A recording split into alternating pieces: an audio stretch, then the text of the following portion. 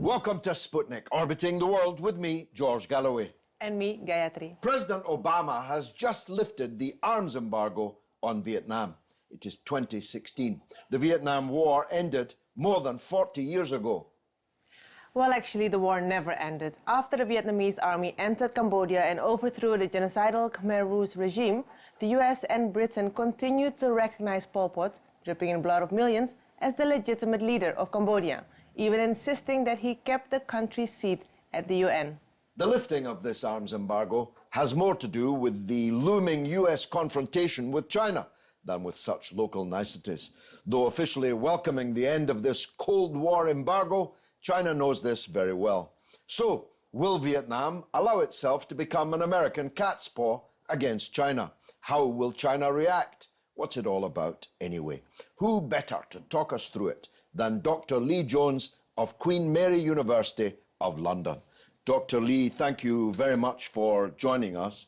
Tell us what you think the visit of President Obama to Vietnam, where he was beatboxing with a local rapper, the last news bulletin I saw, is really all about.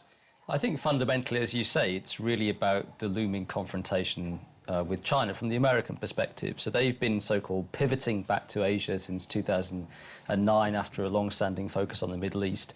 What the Americans are trying to do is regain lost ground that they've lost to China in the region and cultivate stronger, closer relationships with countries that are concerned about China's rise. And Vietnam is one of those. But why has this kind of tension emerged? China supported the Vietnamese people in their long war against the United States of America, which killed millions of Vietnamese, dropped oceans of chemical weapons on them, tried to destroy the country. Why should Vietnam be more hostile to China than it is to the United States? Well, also because they have obviously more of a similar political system.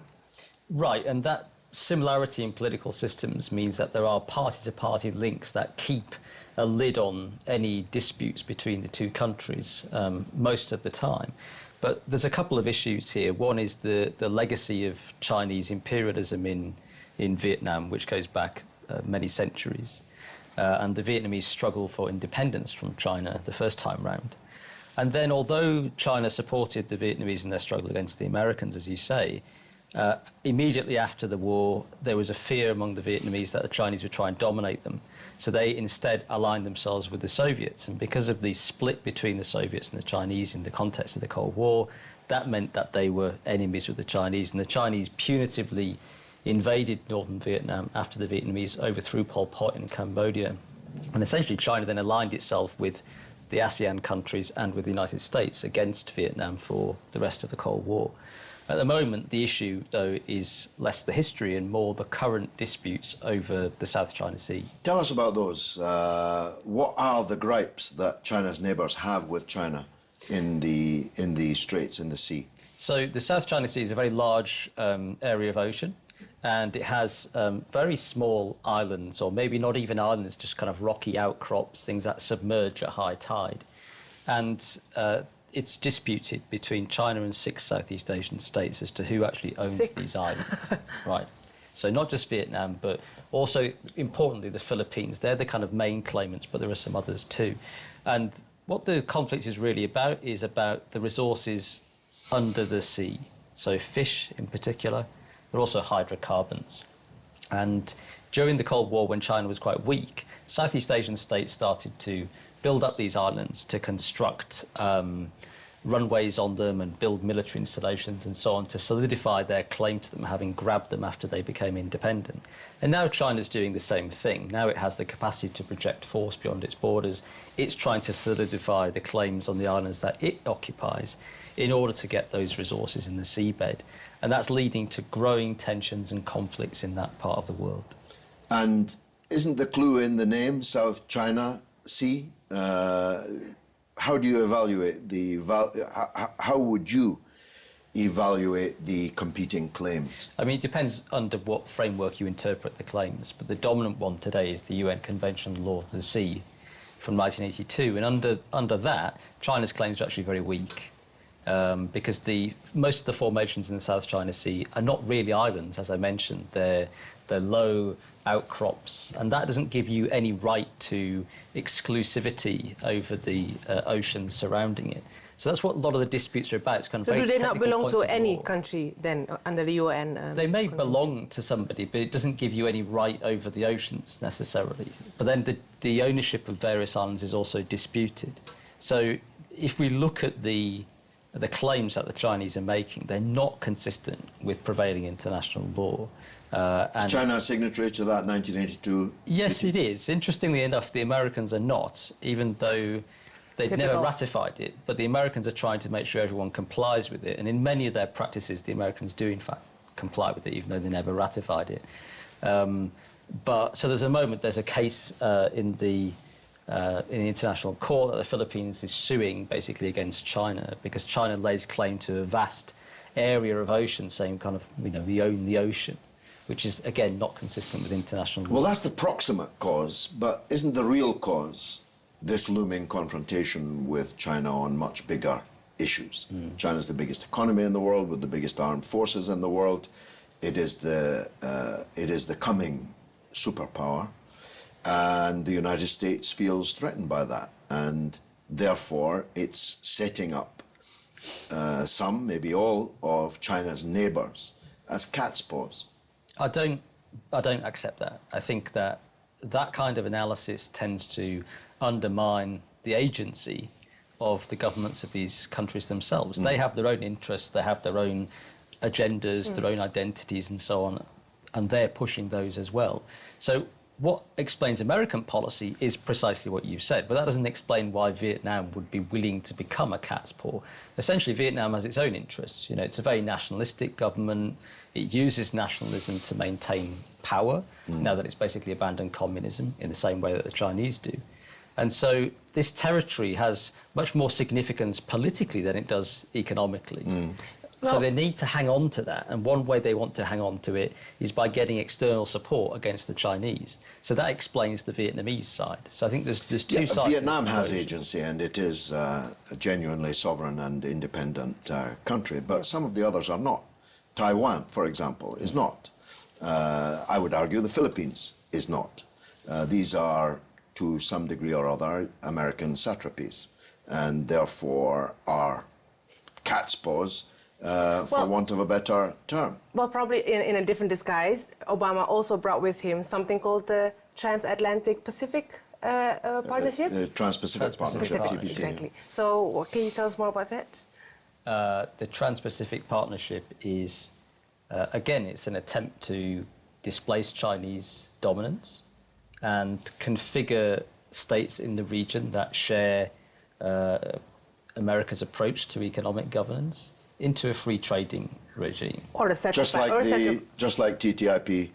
Exactly, between the Europeans it's and the Pacific Americans. version of TTIP. And Vietnam's resisting that, isn't it?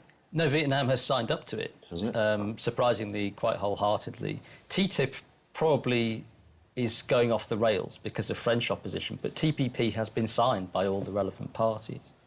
And this is making China more anxious? Yes, I think so. Although I'm dubious that TPP will ever really be fully implemented, because there's a huge amount of protectionism in Southeast Asian economies that's very unlikely to be overcome. But it's kind of a strategic gesture. It points out that America's back. There's an option here to sort of soft balance against China. It provides those countries with an option. But I still don't accept your line that these are just American puppets. People in these countries have their own ideas, their own agendas. No, Taiwan isn't a country. Well, Taiwan is a country. Is China. Taiwan is a country, but it's not an independent sovereign state. No. It does rely on American protection to avoid being reconquered by mainland China, no doubt about that. But I think successive I would say liberated, but that's another successive point of electoral difference. results in Taiwan demonstrate that these people want their own future democratically outside. Well, the village of Netherwallop could want its own independence, but it wouldn't stop it being a part of England. Taiwan is a part of China, just as Hong Kong was. Well, that's one position. It's not the only one available. All right, it's not the only. The others are available. Yes. Look, could this all become a shooting war? China has just announced this very day that it, for the first time, is going to allow its missiles and its warheads to be put together and put into submarines and sail around the Pacific. This is a very significant, potentially, military strategic change for China. They're obviously feeling very threatened. Yeah, I think they're responding to American gestures with their own gestures. I think that whenever you get rivalry between major powers, it's always dangerous.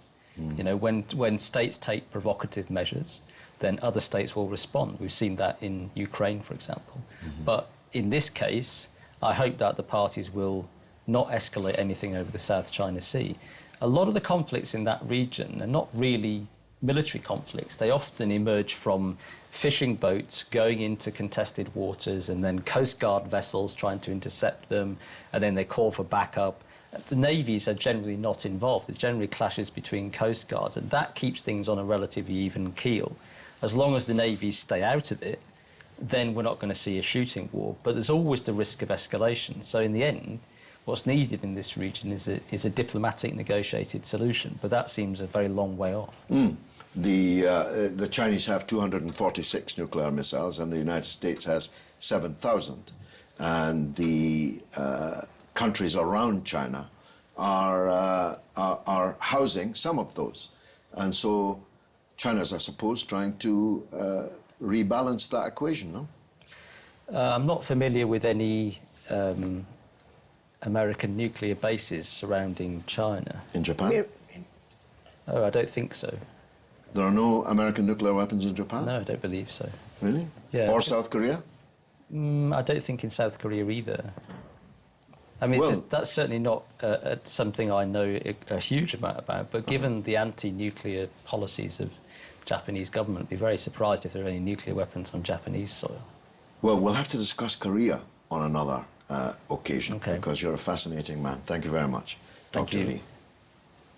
What do you call a murder in broad daylight involving decades of cover-up, newspaper perfidy, mishandled investigations, botched prosecutions, and millions of pounds of public money wasted? Fiction? No, we call it the strange case of Daniel Morgan, deceased. Don't miss it.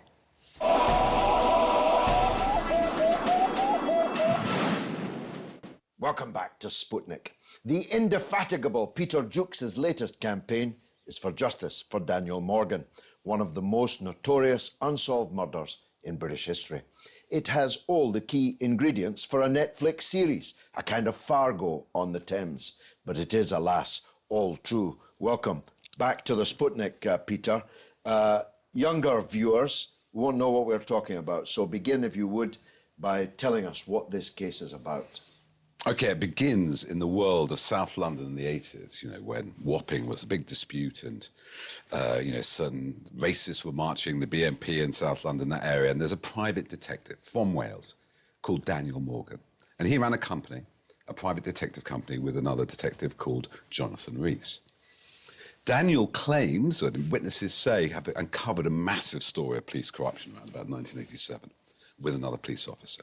Within a few, and he's apparently trying to tout this story around. He knew some people in the press, to various people in the press, particularly News of the World. But the story never made it. He is killed within a few weeks.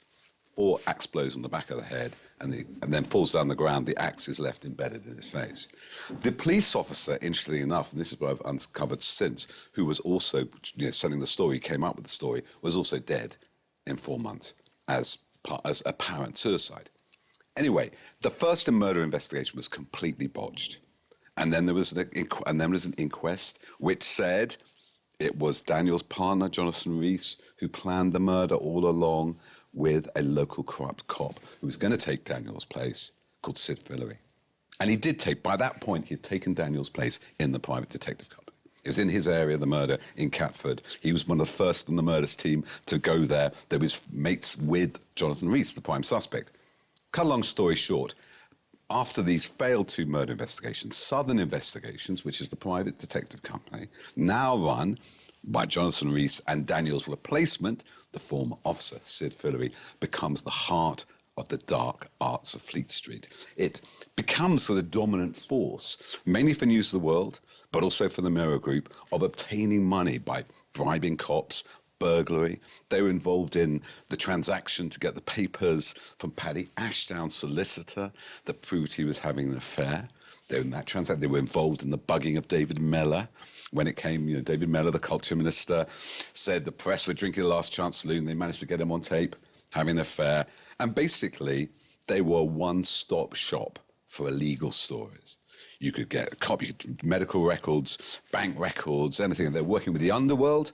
They're working with the press and corrupt cops. And I'd say, uniquely, this toxin enters the British media system, becomes dominant. And it's only, the police only look back at them nearly 12, 13 years later, in 1999, they put a bug in Southern Investigations, the private detective company, and they find 30 crimes involving journalists. One very senior journalist I cannot mention for legal reasons, but also the chief crime reporter and editor of News of the World on crime, Alex Maranchak, and a very senior Mirror figure. Of course, this is all, because of the media involved, it's buried. And then there's a fourth and fifth murder investigation, 2002 and 2006, Abelard 1 and 2. That is led by Dave Cook, who is surveyed, hacked, followed by News of the World. The first investigation, his wife is traumatized. She's friends with Jill Dando, who was shot, public figure. She worked on Crime Watch. And what does she see? There's a van and somebody sticking something out the window. So she thinks their family's under attack. Dave Cook confronts Rebecca Brooks, with her senior editor, has been working with Southern Investigations, and they've been following him. He didn't know he'd been hacked at that time. It only come out later, and their computer records. And Rebecca Brooks promotes him. And then what happens in 2006, Andy Coulson is now editor. Rees has been in prison, by the way, for planting cocaine on a woman's car in a custody dispute with a corrupt cop. Comes out of prison, gets hired by Andy Coulson almost immediately. And what happens, this is Andy Coulson, the former Director of Communications at number 10 Downing Street under David Cameron. The very same. And then what happens, a top secret meeting with the Met Commissioner, Sir Ian Blair at the time, decides to launch a fifth murder inquiry. Immediately, that's leaked to the murder suspects, corroborated by News of the World. So what you have is who watches the watchers, is that the detectives, the police, were being bypassed and by News of the World, who had, Mulcair working. Mulcair, I spoke to Mulcair about this. He was the ace telephone hacker. And Tracer. Hacked my phone, as that happens. Really? Well, so there we go. They had to pay me a lot of money for that. Well, I think they did pay off Dave Cook and Jackie Hames, but it did terrible things to their marriage. They felt very much under threat. And I find it extraordinary. They subverted a lot. Well, this is better than Fargo. Frankly, Fargo's, the Coen brothers couldn't have come up with a more tortuous story than this. So where does it lie now? I've counted, you've mentioned, 6 murder investigations. Five. But there's 5 murder investigations, 1 inquest. Yeah. Any trials?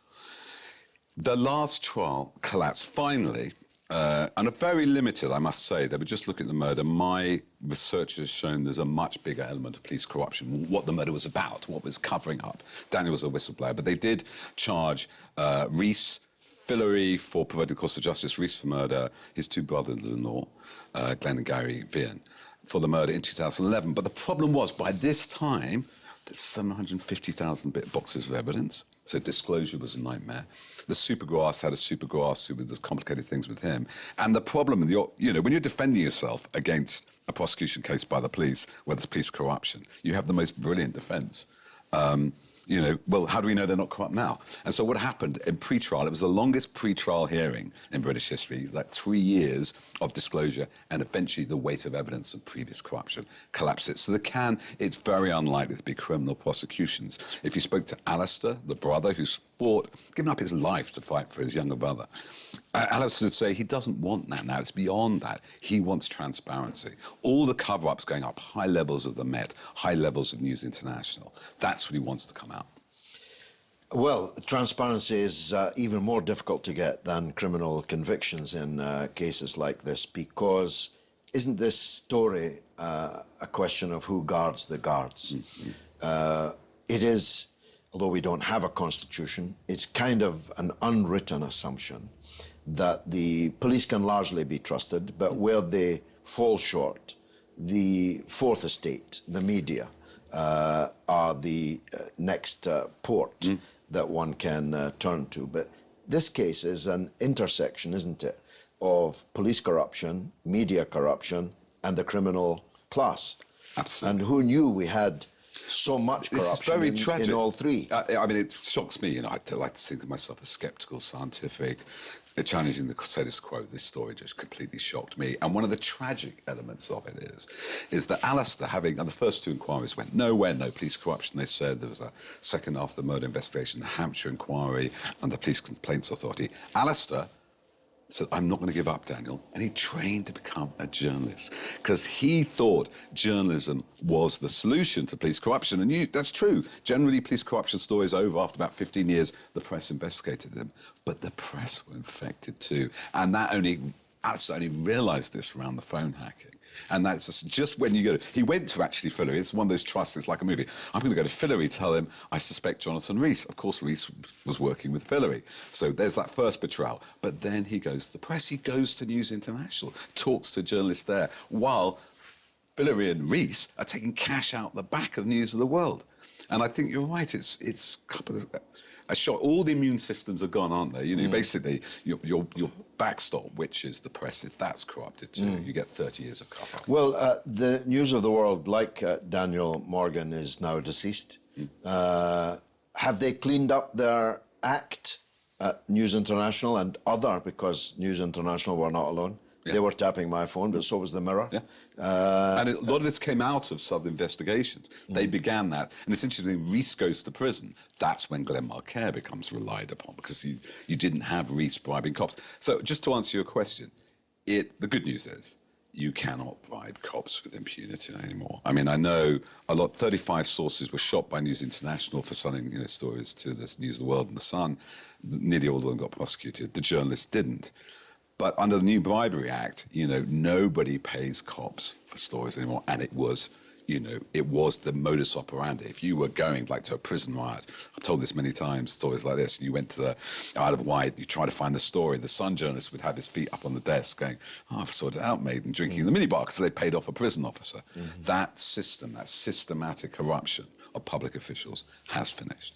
Would you come close to compare this with the Lawrence case, Stephen Lawrence case, where obviously what George mentioned also meets each other? There's very close similarities, and it's in the same area, and the wider network of corrupt cops, some involved in Daniel Morgan murder. When I searched for Daniel Morgan, couldn't find anything. It's only your name popped up. Whereas, so how would you explain the more... Yeah, this has been expunged, really. The Lawrence... Well, tell us about the podcast. Well, the podcast started on the 2nd of June, a couple of days ago, and it's 10-part. And one of the reasons we did a podcast is exactly this problem. I have been with Alistair, the Press Gazette Award, and a senior Mirror journalist said, oh, amazing story, Alistair, here's my card. But we can never publish it for political reasons. So what you have, even The Guardian are not clear of embarrassment over the Daniel Morgan. Never was the word even, or otiose. Well, but they are, they have difficulties with the story. So the media are embarrassed, or also, very clear, legal challenges. So what happened is the great whistleblowing detective, Dave Cook, who did the 4th and 5th murder investigations, arrested for talking about doing a book with somebody, silenced, still not charged, 5 years on. So his silence. Well, nobody can silence you. Tell us quickly where we can see your podcast. So you can find it on iTunes, it should be highlighted there, Untold, the Daniel Morgan murder story. It'll be on Acast, it should be, and on untoldmurder.com. I'm going to that right after this. Thanks very much. And now it's your turn to tell us what you think through the portals of social media. What's rattling, Gayatri? So why did the US lift the arms embargo after so many decades? Michael Dunn says, forget the politics. There are other parties in play on the board game that's in play right now. finance the military and mercenaries. And Euroman and activist says Obama is going to Vietnam because he wants to provoke China. USA cannot accept that China and Russia are equal players today. I don't myself blame Obama for doing it. I blame the Vietnamese for Allowing being prepared to tango with the country that cost them so much blood. That's all the tweets for today, Ian. Which, alas, means that's the end of the show. But you can stay in touch with us through Twitter at RT_Sputnik or on Facebook, Sputnik on Russia Today. It's goodbye from me, Gayatri. And from me, George Galloway. It's been marvellous.